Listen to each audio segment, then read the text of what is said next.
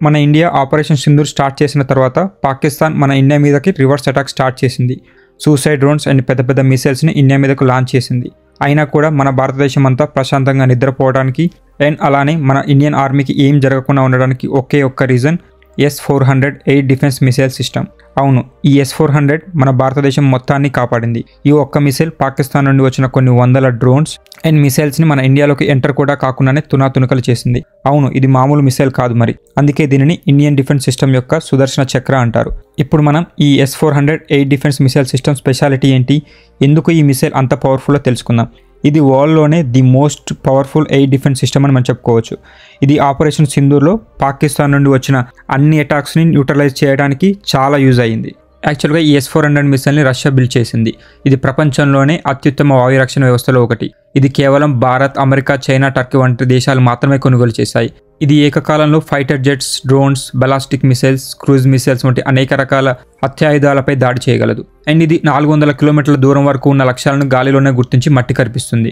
ఇది ఒకేసారి 100 లక్ష్యాలను ట్రాక్ చేయగలదు. అందులో 36 లక్ష్యాలపై ఒకేసారి దాడి చేయగలదు. అంటే ఎవరైనా మన ఇండియా మీద దాడి చేయడానికి వస్తే అన్ని యాంగిల్స్ నుంచి అండ్ అన్ని సైడ్స్ నుంచి ఈ S-400 వాళ్ళ మీద దాడి చేస్తుంది. అండ్ ఈ మిసైల్ వ్యవస్థకు చాలా తక్కువ సమయంలోనే టార్గెట్ను డిటెక్ట్ చేసి దాడి చేయగల శక్తి ఉంది. దీనివల్ల అనుకోకుండా జరిగే దాడులను కూడా అడ్డుకోవచ్చు.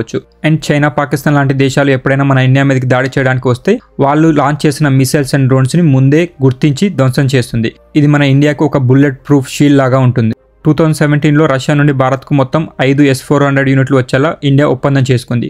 మొదటి యూనిట్ 2021లో భారత్కు చేరింది. మిగతా యూనిట్లు కూడా దశల వారీగా ఇండియాకు వచ్చాయి. అయితే మనం S-400 గురించి మాట్లాడుకునేటప్పుడు మెయిన్గా ఒక వ్యక్తి గురించి మాట్లాడుకోవాలి. అతనే మనోహర్ పారికర్. మనోహర్ పారికర్ గారి పాత్ర S-400 మిసైల్ వ్యవస్థను భారత్కు తీసుకురావడంలో ఎంతో కీలకమైంది. ఆయన ఇండియన్ డిఫెన్స్ మినిస్టర్గా ఉన్న సమయంలోనే ఈ వ్యవస్థ కొనుగోలులో కీలక నిర్ణయాలు తీసుకున్నారు. ఇన్ఫ్యాక్ట్ S-400 లాంటి మోస్ట్ పవర్ఫుల్ డిఫెన్స్ సిస్టమ్ని పొందాలి అంటే అమెరికా లాంటి దేశాల నుండి ప్రెషర్ రావటం ఖాయం. అయినా కూడా పారికర్ గారు మన భారతదేశ భద్రతే ముఖ్యమని ఈ అగ్రిమెంట్ను ముందుకు నడిపారు. 2015-16లో రష్యాతో జరిగిన హై లెవెల్ సెక్యూరిటీ మీటింగ్స్కి అటెండ్ అయ్యి S-400ని ఇండియాకి తీసుకురావడానికి పారికర్ గారు చాలా కష్టపడ్డారు. పారికర్ గారి సూచనల మేరకు 2016లో మోదీ గవర్నమెంట్ రష్యాతో $5.43 బిలియన్ అగ్రిమెంట్ చేసుకుంది. అంటే మన ఇండియన్ కరెన్సీలో 40,000 కోట్లు. ఈ అగ్రిమెంట్ చేసుకున్న టైంలో అపోజిషన్ అండ్ పబ్లిక్ కూడా దీన్ని అపోజ్ చేశారు. ఎందుకంటే ట్యాక్స్ అమౌంట్ అంతా ఇలా మిసైల్స్ మీద వేస్ట్ చేస్తున్నారని. అయినా కూడా మోదీ గవర్నమెంట్ వెనక్కి తగ్గలేదు. మనోహర్ పారికర్ గారు రష్యాతో చాలాసార్లు చర్చలు జరిపి మిగతా దేశాలు S-400 కొనుగోలు చేసిన ఖర్చు కంటే తక్కువ ఖర్చు చేసి మరీ S-400 మిసైల్స్ని ఇండియాకి తీసుకువచ్చేలా చేశారు. ఈ రోజు మనం పాకిస్తాన్ నుండి వచ్చిన అటాక్స్ని ఎప్పటికప్పుడు తిప్పికొడుతున్నామంటే ఆ రోజు మనోహర్ పారికర్ గారు చేసిన కృషి మాత్రమే. Thank you Parrikar ji and Jai Hind.